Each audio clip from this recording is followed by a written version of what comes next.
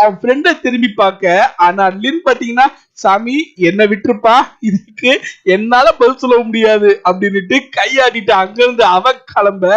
Anim in Tamil DJ. வணக்கம் நண்பா, நம்ம இன்னைக்கு பார்க்க போறது star martial art god technique episode 8.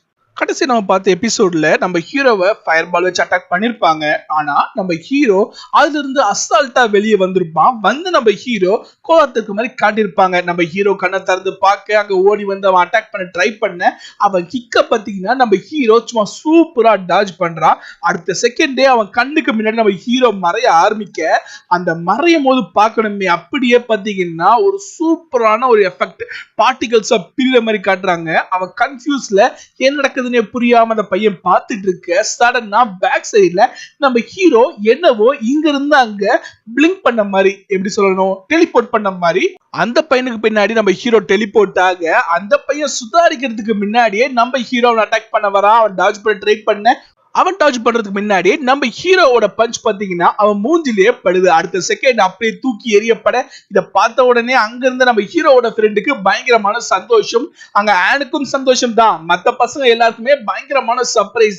என்ன நடக்குதுன்னே புரியாம கன்ஃபியூஸ்ல பாத்துக்கிட்டு இருக்க.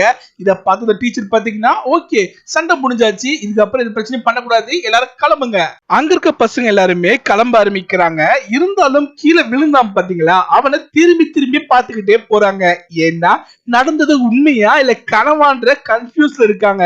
நம்ம ஹீரோ இருக்கிறதுல வீக், அது மட்டும் இல்ல அவன் பிராக்டிஸ் பண்ண டெக்னிக்கும் பயங்கர வீக்கானது. அப்படி இருக்கும் போது ஒரு ஃபயர் அட்ரிபியூட் உள்ள ஒருத்தனை எப்படி அவனால ஜெயிக்க முடிஞ்சது? இந்த கன்ஃபியூஸ்ல தான் ஒருவேளை கனவா இருக்குமோ அப்படின்ற குழப்பத்திலேயே நம்ம ஹீரோவும் அவன் ஃப்ரெண்டும் நடந்து வந்துட்டு இருக்க. சடனா அவனுக்கு ஆப்போசிட்ல ரெண்டு பொண்ணுங்க நின்றுட்டு இருக்காங்க. என்னாச்சின்னு புரியாம நம்ம ஹீரோ பார்த்துட்டு இருக்க. அந்த ஒரு பொண்ணு ஓடி வந்து நம்ம ஹீரோ கையை கட்டி பிடிச்சுக்கிட்டு, இது மாதிரி நானும் ஸ்டார் மாஸ்டர் டெக்னிக் தான் யூஸ் பண்ணிட்டு இருக்கேன், ஆனா நீங்க சண்டை போட்டதை பார்த்த உடனே எனக்கு பயங்கரமான சர்ப்ரைஸ். உங்களால இந்த அளவுக்கு சண்டை போட முடியுதுன்னா அது எப்படின்னு தெரிஞ்சுக்க நானும் ரொம்பவே ஆசைப்படுறேன். தயவு செய்து கத்து கொடுப்பீங்களா இப்படின்னு அங்க அவன் கையை பிடிச்சிக்கிட்டு வளைஞ்சிட்டு இருக்க.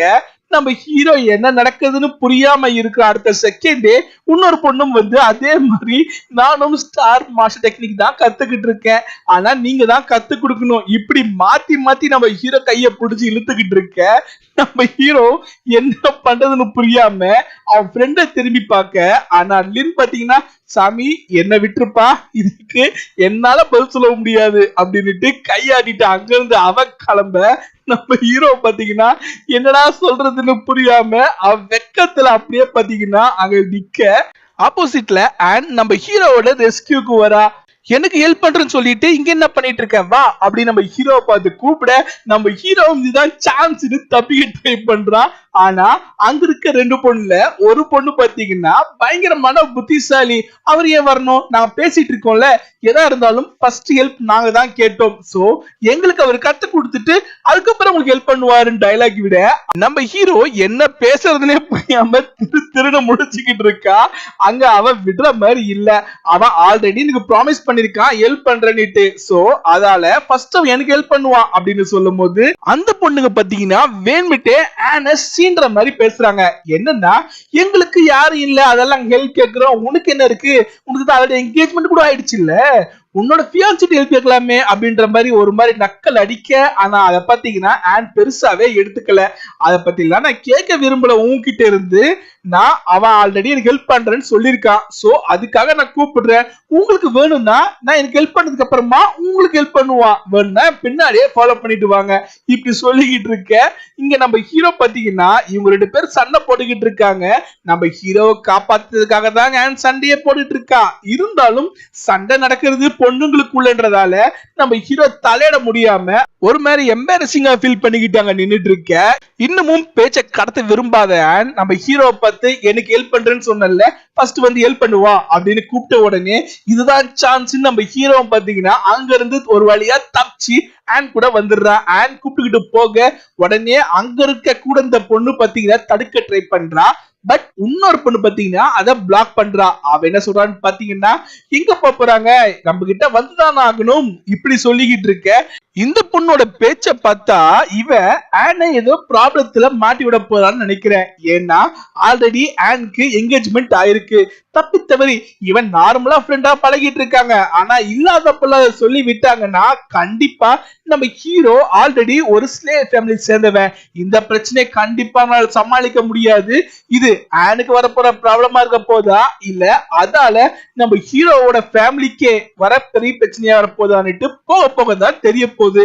அண்ட் நம்ம ஹீரோ கிட்ட அந்த பொண்ணோட நடவடிக்கை சரி கிடையாது, கொஞ்சம் பார்த்து நடந்துக்கோ அந்த பொண்ணு கிட்ட இருக்கும் போது இப்படி சொன்ன அடுத்த செகண்டே நம்ம ஹீரோ சரின்னுறான். அவளுக்கு கன்ஃபியூஷன், நான் சொன்ன உடனே சரின்னுட்டே அப்படின்னு கேட்க, நீ என்ன எனக்கு கெட்டதா சொல்ல போற அப்படின்னு சொன்ன உடனே அவளுக்கு பாத்தீங்கன்னா வெக்கம் தாங்கல. அப்படியே திரும்பிக்கிட்டா வெக்கப்பட்டுக்கிட்டே பாத்தீங்கன்னா சரி சரி உனக்கு புரிஞ்சா சரிதான் அப்படின்னு சொல்லிக்கிட்டு நம்ம ஹீரோவை பார்த்து எனக்கு ஹீல் பண்றதுக்கு நீ ஹெல்ப் பண்ணணும்ன்றான்.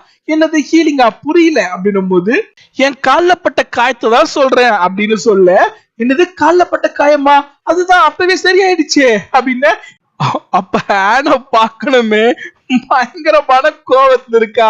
ஏன் அது திருப்பி ஹெல்ப் பண்ண மாட்டேன் ஹீல் பண்றதுக்கு இப்படின்னு அவன் என்ன பேசுறது புரியாம தலை குனிஞ்சிட்டு இருக்க. இதே எல்லாமே பாத்தீங்கன்னா ஆனோட ஃப்ரெண்டான ஜியாங் கிளானை சேர்ந்த அந்த பொண்ணு பாத்துக்கிட்டு இருக்கா. ஓஹோ இது எப்படி போதா அப்படின்னு அவ பாத்துக்கிட்டு இருக்க. இங்க டீச்சர் பாத்தீங்கன்னா ஒரு வழியா இவங்களை அந்த ஃபாரஸ்ட்குள்ள கொண்டு வந்துட்டாரு. அவங்களுக்கு முன்னாடி பாத்தீங்கன்னா ஒரு பறவையை காட்டுறாங்க. அதோட அட்ரிபியூட் பாத்தீங்கன்னா ஃபயர் அட்ரிபியூட் தான். அப்படியே பாக்குறதுக்கு மயில் மாதிரியே இருக்கு, ஆனா அப்படியே நெருப்பா ஃபயரா இருக்கு பாக்குறதுக்கே. இருக்கிறதுலயே பேசிக்கான லோவஸ்ட் ரேங்க் உள்ள மான்ஸ்டர் இந்த பறவை தானா. இந்த பறவையை ஃபர்ஸ்ட் அட்டாக் பண்ணி ட்ரைனிங் எடுத்துக்குங்க. ஏன்னா இந்த ஃபாரஸ்ட்குள்ள இன்னமும் பயங்கர பவர்ஃபுல்லான மான்ஸ்டர்ஸ் இருக்கு. ஏன் நம்மளால கற்பனையில கூட நினைச்சு பார்க்க முடியாத அளவுக்கு பயங்கர பவர்ஃபுல்லான டேஞ்சரான மான்ஸ்டர்ஸ் நிறைய இந்த ஃபாரஸ்ட்குள்ள இருக்கு. நீங்க டெப்த் அதிகமா போக போக டேஞ்சரோட லெவலும் அதிகமா இன்க்ரீஸ் ஆயிட்டு இருக்கும். நம்ம இங்க வந்திருக்கிறதே பாத்தீங்கன்னா சர்வைவல் டெக்னிக்கை கத்துக்கதான். நீங்க மான்ஸ்டர்ஸை எப்படி எதிர்கொள்ளணும்னு கத்துக்கணும், அதுகிட்ட இருந்து எப்படி தப்பிக்கணும் அப்படின்றத கத்துக்கணும். ஒரு மாஸ்டர்ஸை பார்த்த உடனே பயந்து போய் நின்னீங்கன்னா உங்க உயிருக்கே ஆபத்தா முடிகிற நிலைமையும் வரும். அதனாலதான் இன்னைக்கு ஃபர்ஸ்ட் இந்த பேசிக் மாஸ்டர்ல இருந்து ட்ரைனிங் எடுத்துக்க போறோம். ஃபர்ஸ்ட் அந்த டீச்சர் நம்ம ஹீரோவோட பேரை தான் கூப்பிடுறாரு. நம்ம ஹீரோ பாத்தீங்கன்னா ஈஸ்டர்ன் சைட்ல இருந்து அட்டாக் பண்ண சொல்ல, நம்ம ஹீரோ பாத்தீங்கன்னா ஸ்ட்ரெயிட்டா அங்க இருக்க ஒரு மரத்துல ஜம்ப் பண்றான். அவரோட ஸ்பிரிச்சுவல் ஃபோர்ஸை கேதர் பண்ணி அந்த மாஸ்டரை அட்டாக் பண்ண ஜம்ப் பண்ண, ஆனா நம்ம ஹீரோவோட ஸ்பிரிச்சுவல் ஃபோர்ஸை கேதர் பண்ணும் போதே பாத்தீங்கன்னா அந்த மாஸ்டருக்கு உணர்ந்துருச்சு யாரோ அங்க இருக்காங்கன்னுட்டு.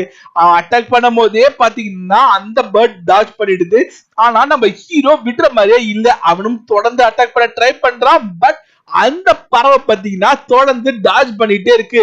ஃபைனலா நம்ம ஹீரோ பயங்கர ஸ்பீட்ல அவன் கையில ஸ்பிரிச்சுவல் ஃபோர்ஸை கேதர் பண்ணி அதை அட்டாக் பண்ண வர அடுத்த செகண்ட் அட்டாக் பண்ணிடுவான்னு நினைக்கும் போது அது டாஜ் பண்ண நம்ம ஹீரோ இதுக்கப்புறம் நம்ம கீழே விழுந்து திருப்பி திருப்பி போய்கிட்டு இருந்தால் கண்டிப்பா அதை பிடிக்க முடியாதுன்னுட்டு அவரோட கையில கேதர் பண்ண அந்த ஸ்பிரிச்சுவல் ஃபோர்ஸை பாத்தீங்கன்னா ஸ்ட்ரெயிட்டா கீழே பூமி மேல வைக்க, அதுல இருந்து உருவான ஒரு சின்ன பிளாஸ்ட் மூலமா பாத்தீங்கன்னா நம்ம ஹீரோவுக்கு தேவைப்படுற அந்த ஸ்பீட் கிடைக்குது.